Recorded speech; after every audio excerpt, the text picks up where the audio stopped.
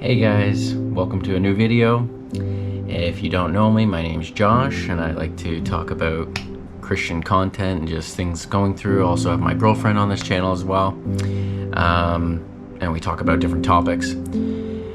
So first off, I hope you had a good week, and as it's Saturday morning, I just wanted to reflect on the things that I've been dealing with and that probably a lot of you have been dealing with as well, or some of you. And it's basically just worries and the things that when you focus on the future, or you're thinking about, okay, or even things that are just happening tomorrow or the next day or at the end of the week or in the end of the month, or maybe you're planning things a year from now or 2 years from now. And I constantly have to remind myself that, I'm not in control. I constantly am trying to figure things out on my own instead of allowing God to lead me where He wants to lead me. And that's where my biggest mistake is all the time. I'm constantly, it's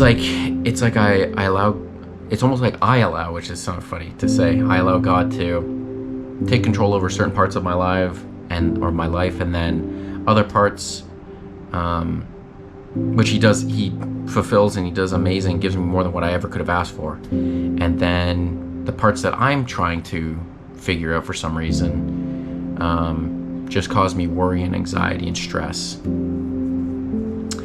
And even though I know what I'm supposed to do, I know that I should give it up to God. I know that He's in control. He wants the best for me.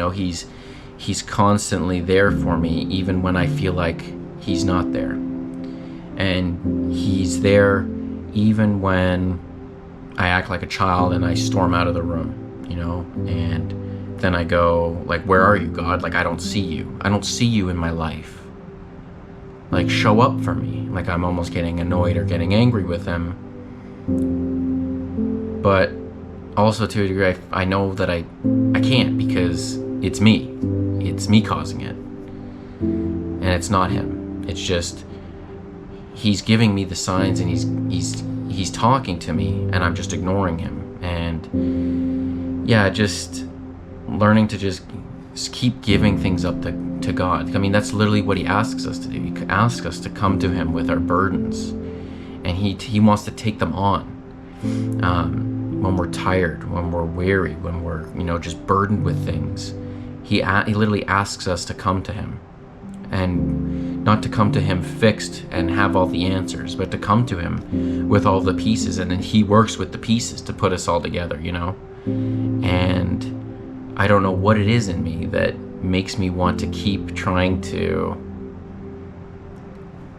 grab all my pieces, and try and figure out put them together myself in kind of a abstract way. And then I'm like, I feel like I'm going to God and being like, look, God, like, this is what I did. Is this right? Is this what you wanted? And then God's just like, no, you could have just, I feel like God's saying, you could have just come to me with those pieces, and I could have figured it out with you. I could have helped you. I could have, if you brought all your pieces to me, I would have helped you put them back together,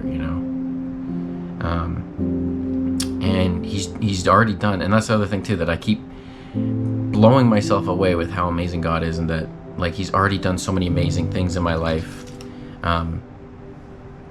in my personal life, in my career, in my relationships, like, just my health, like, so many different ways God's helped me and blessed me. And it's almost like I act like it's not enough, or I still don't trust Him, which makes me feel guilty, or makes me feel like I'm not honoring Him, because I know how much He's done for me.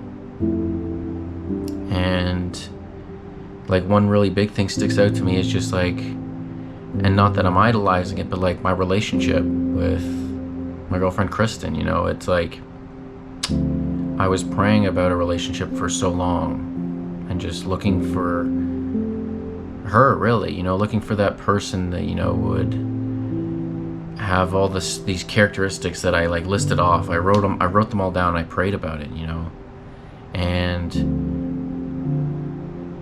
she's just been a real blessing for me and really like made me look at life differently. And I know that I was asking God for that because I was starting to feel like for the longest time too that I was like, God, like what's the point? Like what am I here for if it's not like all these other things feel so unattainable. And not having, well, I mean, he literally says it's not good for man to be alone. It literally says that, right, in the Bible. Like, and we see that in society a lot too. I know I'm kind of getting off topic, but we see that in society a lot too, where it's like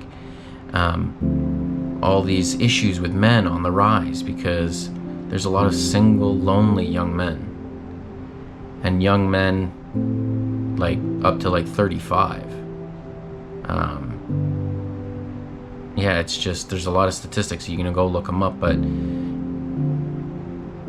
God just turned things around for me and just really blessed me. But I know that I always have him as well. Like, I know that he's shown me how much he can do in my life in just less than a year. He's shown me, he's literally moved mountains in my life, and I'm just so grateful. And yeah, it's just, stop worrying about all these things. That's, I guess, what I would say, is just stop worrying about the future. Stop worrying about tomorrow, because today has its own worries, right?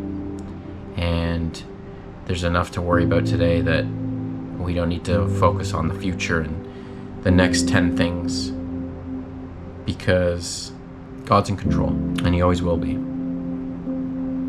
He loves us like we're his children. And I guess that's the other thing too. I don't have my own kids yet, you know, so I don't know what that love is like. I don't know what that feeling is like that God has for us, you know, because so many people say like how you love your children is how God loves us, you know.